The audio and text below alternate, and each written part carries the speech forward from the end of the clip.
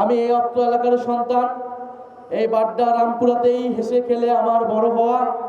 আমার শৈশব কৈশোর কেটেছে এই অত্র এলাকার মাটি এবং ধুলোর সাথে মিশে।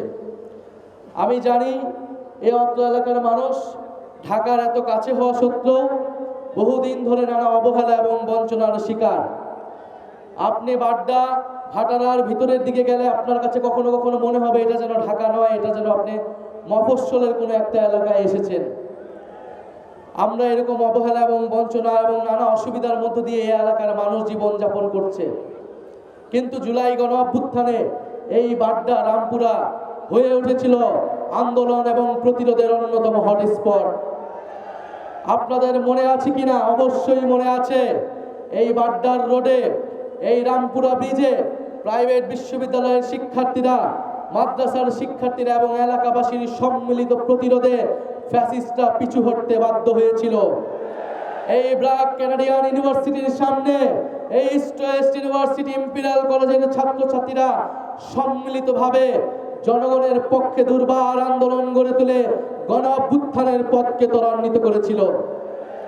এই অঞ্চলের মানুষ দীর্ঘদিন ধরে অর্থনৈতিক বৈষম্যের শিকার, রাজনৈতিক বৈষম্যের শিকার। জুলাই গণ অভ্যুত্থানে যখন সুযোগ এসেছে, তারা সেই প্রতিরোধ করেছে। বহু মানুষ জীবন দিয়েছে, আমাদের বহু মানুষ আহত হয়েছে এই ঢাকা 11 আসনে। আমরা 1971 সালের ইতিহাসও দেখব।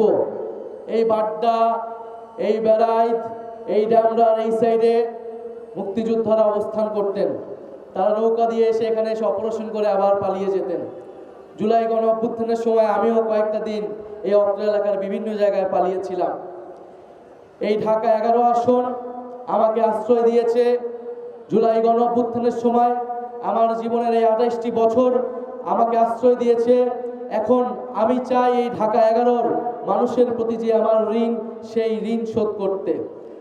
আপনারা যদি আমাকে এই নির্বাচনে সেই সুযোগ দেন, ইনশাল্লাহ আমি আমার বাকি জীবন ধরে আপনাদের জন্য সেই ঋণ, আমি আমার দেশের, আমার মাটির জনগণের জন্য সেই ঋণ আমি পরিশোধ করতে চাই।